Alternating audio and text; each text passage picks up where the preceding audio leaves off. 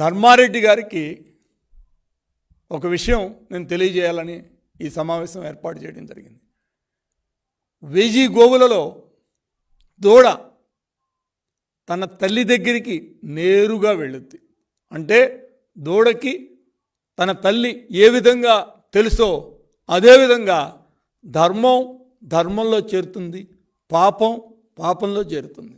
ధర్మారెడ్డి గారు ఒక్కసారి మీరు ఆలోచించండి. మీరు చేసే పాపాలు వలనే మీరు ఈ కష్టాలన్నీ కూడా అనుభవిస్తున్నారు. ఎవ్వడికి జరగరానిది కూడా మీకు జరిగింది. ఒక్కసారి ఎందుకు జరిగిందని ఒకసారి ఆలోచించుకోండి.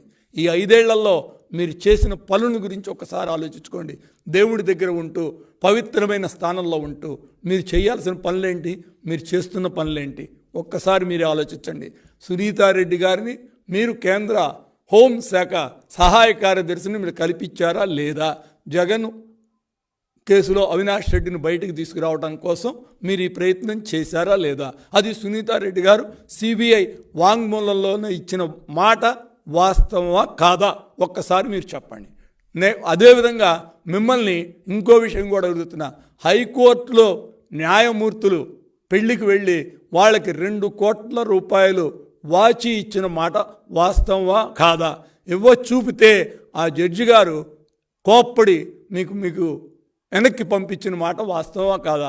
ఆయన సుప్రీంకోర్టుకి రాసింది వాస్తవమా కాదా? ఒక్కసారి మీరు ఆలోచించండి. ఇలా చెప్పుకుంటూ పోతే మీరు డిఫెన్స్లో పనిచేసేటప్పుడు అక్కడ ఢిల్లీ కంటోన్మెంట్లో మీ మీద 14 కేసులు ఉన్నది వాస్తవమా కాదా? మీరు టీటీడీ జేఈఓగా, అడిషనల్ ఈఓగా, తర్వాత ఇప్పుడు ఈఓగా ఉంటున్నప్పుడు నా మీద ఇన్ని కేసులు ఉన్నాయని మీరు చెప్పారా లేదా? మీరు చెప్పలేదు కదా. మీరు చెప్పారా? చెప్పలేదు. అదేవిధంగా మీరు టీటీడీలో జరిగిన డాలర్ల కుంభకోణంలో మీ దగ్గర ఉన్నటువంటి పిఏ ఆత్మహత్య చేసుకుంది వాస్తవమా కాదా? ఒక్కసారి మీరు చెప్పండి. అదేవిధంగా ఇలాంటి ఎన్నో తప్పుడు పనులు చేస్తూ మీరు టీటీడీ యొక్క పరువుని, టీటీడీలో ఉన్నటువంటి గౌరవాన్ని తగ్గించే కార్యక్రమం మీరు చేస్తున్నారు. ఇక మీకు వివేక హత్య కేసులో అవినాష్ రెడ్డిని కాపాడటంలో మీ పాత్ర ఉందన్నది అందరికీ తెలిసిందే. ఇక టీటీడీని అడ్డం పెట్టుకుని ఢిల్లీలో లాబీ చేయటం, ఢిల్లీలో రకరకాల కార్యక్రమాలు చేయటం, మీరు చేసే కార్యక్రమాలన్నీ కూడా ప్రజలు చూస్తున్నారు. ఢిల్లీలో మీరు టీటీడీ ఈఓగా మీరు అక్కడ బ్రోకర్ పనులు చేయడానికి కూడా వెనకాడకుండా మీరు చేస్తుంది వాస్తవమా కాదా అని మీ ద్వారా నేను అడుగుతున్నా. అదేవిధంగా మీరు ఇవాళ టీటీడీలో హిందువులు పవిత్రంగా భావించే టీటీడీ యొక్క కొండల పవిత్రతను కూడా తగ్గించే కార్యక్రమం చేస్తుంది వాస్తవం కాదా?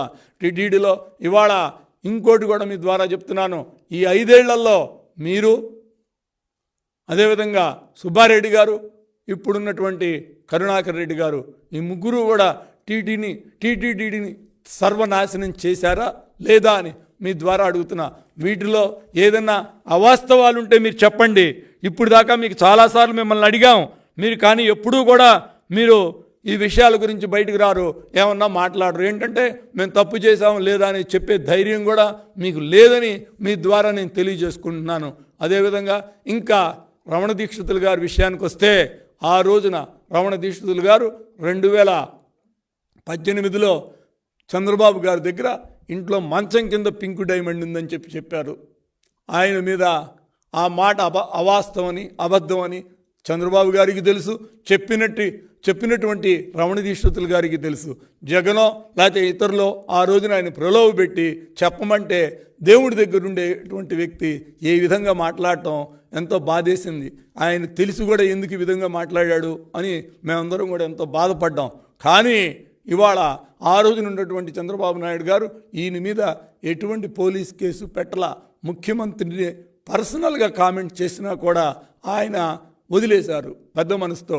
ఎందుకంటే వాళ్ళే తెలుసుకుంటారు దేవుడి మీద మనకు గౌరవం ఉంది, తిరుమల తిరుపతి దేవస్థానం అంటే ఎంతో మనకి అభిమానం, గౌరవం. అలాంటి వెంకటేశ్వర స్వామి సూచించే అవకాశం ఉన్నటువంటి, స్పృశించగలిగిన అవకాశం ఉన్నటువంటి వ్యక్తి డైలీ పూజ చేస్తాడు, ప్రధాన అర్చకుడుగా ఉన్నటువంటి ఆయన మీద మనం పోలీస్ కేసు ఎందుకు పెట్టాలి, ఆయనే తెలుసుకుంటాడని ఎంతో పెద్ద మనసుతోటి నాకే ఆశ్చర్యం వేసింది. ఎవరు ఆ విధంగా ఉండరు. అలాంటి వ్యక్తి నారా చంద్రబాబు నాయుడు గారు ఉండి ఈయన మీద ఎటువంటి పోలీస్ కేసు పెట్టకుండా ఈయన్ని పెద్ద మనసుతో వదిలేశాడు. కానీ ఇవాళ ఈ 4.5 ఏళ్లలో ఈ ప్రభుత్వం పింక్ డైమండ్ గురించి ఎక్కడన్నా మాట్లాడిందా? రమణ దీక్షితులు గారు ఈ 4.5 ఏళ్లలో వాళ్ళతో ఉంటూ ఎప్పుడైనా పింక్ డైమండ్ గురించి అడిగారా? ఈ పింక్ డైమండ్ ఎక్కడుంది, ఎతికిచ్చే కార్యక్రమం ఎప్పుడైనా ఆయన చేశాడా? ఆ రోజున ఆరోపణ అయితే చేశాడు, అయిపోయింది కాబట్టి వాళ్ళకి కావాల్సిన లబ్ధి చేకూరింది కాబట్టి అయిపోయింది అన్న ఉద్దేశంతో ఆయన వదిలేశాడు, వీళ్ళు ప్రభుత్వం కూడా వదిలేసింది. తప్పుడు కేసుల్లో 54 రోజులు రాజమండ్రిలో పెట్టినటువంటి ఈ ప్రభుత్వం నిజంగా ఆయన దగ్గర పింక్ డైమండ్ కనుక ఉంటే ఎందుకు సెర్చ్ చేసి దాని మీద కేసు ఎందుకు పెట్టలేకపోయారు? అంటే లేదని వాళ్ళ ప్రజలందరికీ తెలిసిపోయింది కదా. ఆ రోజున ఎలక్షన్ ముందు హిందూ ధర్మం మీద, బ్రాహ్మణుల మీద, అదేవిధంగా వాళ్ళ ఓట్లు దండుకోవటం కోసం ఆ రోజున చేసినటువంటి ఒక ఆరోపణ అని ఇవాళ ప్రజలందరూ కూడా అర్థం చేసుకున్నారు. కానీ ఇవాళ ఈ ప్రభుత్వం ఏం చేసిందంటే, ఈయనే అడిగాడు కైంకర్యాలు సరిగా జరగట్లేదని. 4.5 ఏళ్లలో ఈ కైంకర్యాల గురించి ఆయన గుర్తు రాలేదు. ఇవాళే గుర్తొచ్చి ఆయన ఒక నెల రోజుల క్రితం కైంకర్యాలు తిరుమలలో సరిగా జరగట్లేదని ఒక కామెంట్ చేస్తే వెంటనే ఐటీ డిపార్ట్మెంట్ వాళ్ళు ఒక కేసు పెట్టారు. కేసు పెట్టి వెంటనే ఆయన్ని పోలీస్ కేసు పెట్టారు. వెంటనే ఆయన్ని ప్రధాన పూజారి పదవి నుంచి కూడా తొలగించడం జరిగింది. ఇప్పుడు కోర్టు చుట్టూతో తిరుగుతున్నాడు. అయ్యా రమణ దీక్షితులు గారు, ఇప్పటికైనా మీరు కూడా ఆలోచించుకోండి. మంచి మనిషి అధికారంలో ఉంటే, పెద్ద మనసున్న వ్యక్తి అధికారంలో ఉంటే మనం ఏం మాట్లాడినా ఏ విధంగా పట్టించుకోకుండా వదిలిపెట్టారు. ఇవాళ మీరు ముఖ్యమంత్రి గారిని గురించి మాట్లాడలేదు, టీటీడీలో జరిగే కైంకర్యాల గురించి నేను మాట్లాడితేనే మీ మీద పోలీస్ కేసు పెట్టి మిమ్మల్ని పదవిలో నుంచి తీసేసినటువంటి వ్యక్తి జగన్మోహన్ రెడ్డి.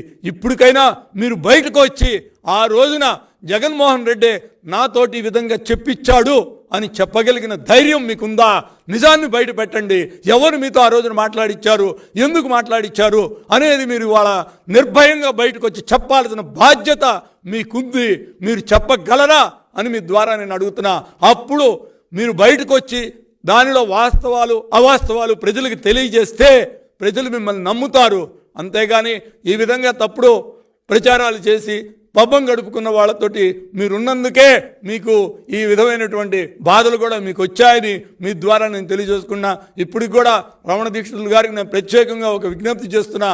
అయ్యా, మీరు ఆ రోజున ఎవరు పింక్ డైమండ్ గురించి మిమ్మల్ని మాట్లాడమన్నారో బయటకు వచ్చి ఇప్పటికైనా వాస్తవాలు బయట పెట్టే ధైర్యం మీకుందా అని మీ ద్వారా నేను అడుగుతున్నాను.